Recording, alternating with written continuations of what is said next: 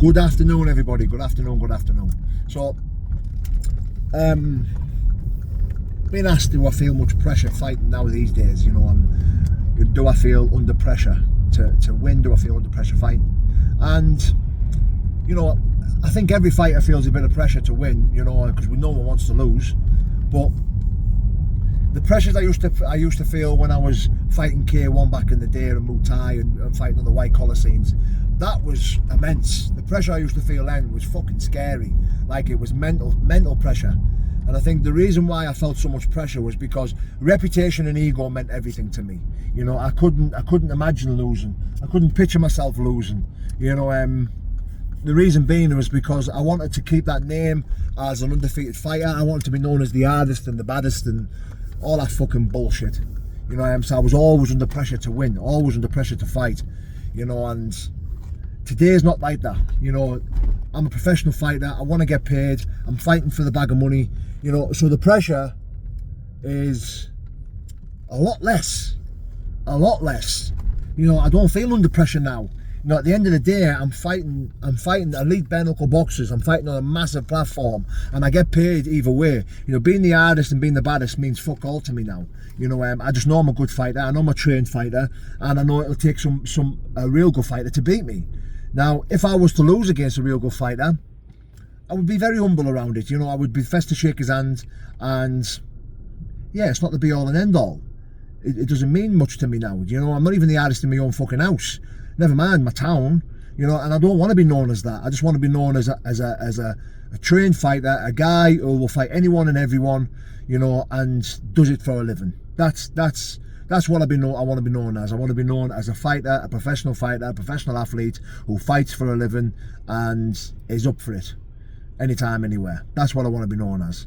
Now, I'm 39-year-old. The pressure has lessened because of that age. You know, I'm 40 next year.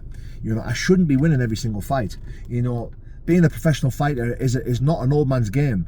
And I don't feel like I'm an old man. I don't consider myself as an old man. But I am an old man when it comes to professional fighting, when it comes to combat sports. So the pressure, it's a lot less than what it used to be. You know, I'm under no illusions that my best days are probably behind me, which they probably are when it comes to fighting. But I'm game. I'm good enough. I'm good enough to rock it with anyone, and I'm ready for anyone.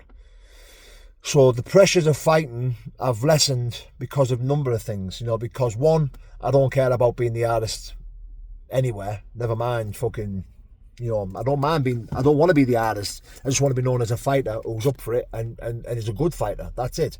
You know, my age, being 39-year-old fighter, tells me that your best days are behind you, Paul, and if you get beat by one of these young guns, then so be it. You know, that should be happening. But it won't, but it should be, and it could be. So at the end of the day, not much pressure these days. You know, being on social media and speaking about fighting and, you know, having people coming out saying, you're no good, you're this, you're that.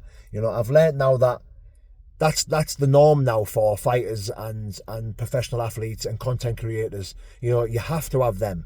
They make your channel grow. You know, that's what keeps you driven.